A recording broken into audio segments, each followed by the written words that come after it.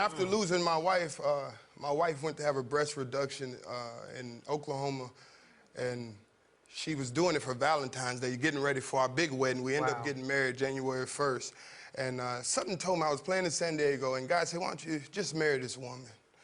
And everything, you know, when you're a man and you're going through a relationship, everybody's telling you about what you love. Yeah. And it kind of makes you drag your feet a little bit. Yeah. Kind of makes you so.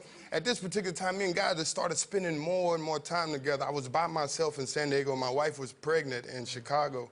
And I remember her flying down to come visit me in San Diego. And I said, man, let's just get married. Let's go to the courthouse and get married. Wow. And I got married on New Year's.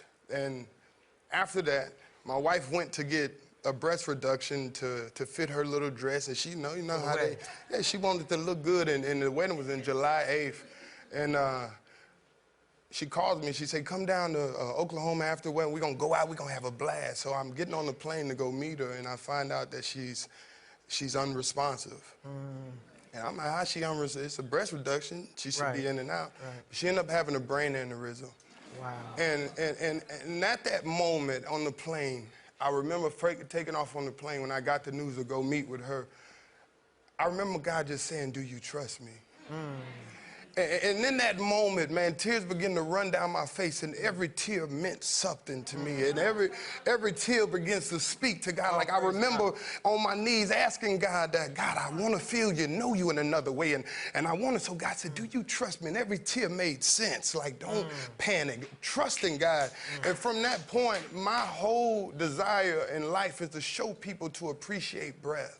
Wow. And at 28, I pulled the good. cord on my wife. At 28, I pulled a cord. I had to decide whether she is going to be a vegetable or should she go on. And God said, let me handle it. And we decided to do what we had to do.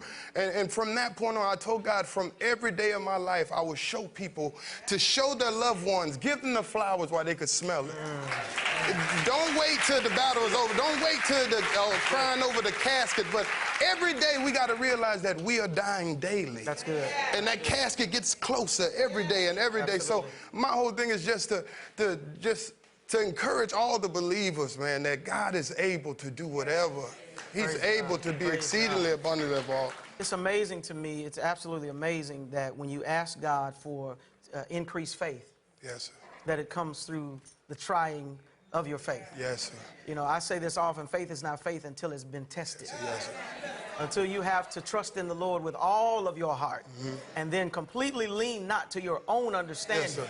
Because his ways are not our ways, his thoughts are not our thoughts. As high as the heavens are from the earth, so are the ways of the Lord from us. When you really are in that position that you have nothing else to depend on but God and his word, that's when your faith really becomes faith. And what you're saying means so much to me now. Praise God. I can understand it. You know, when you haven't been tested, you just hear these words. But when you've gone through something, when you've gone through something, and you know that, but I'm here to encourage everybody that in the dark times, we've been made to endure and endure and endure. And I think my message to all the men and all the people of God is that we need to know how to prepare for these struggles. We need to be prepared for these things to come. We've been made to endure for the night, but your joy comes in the morning. So that's what it is. I'm going to keep going and going until the morning comes. I'm going to keep going for God.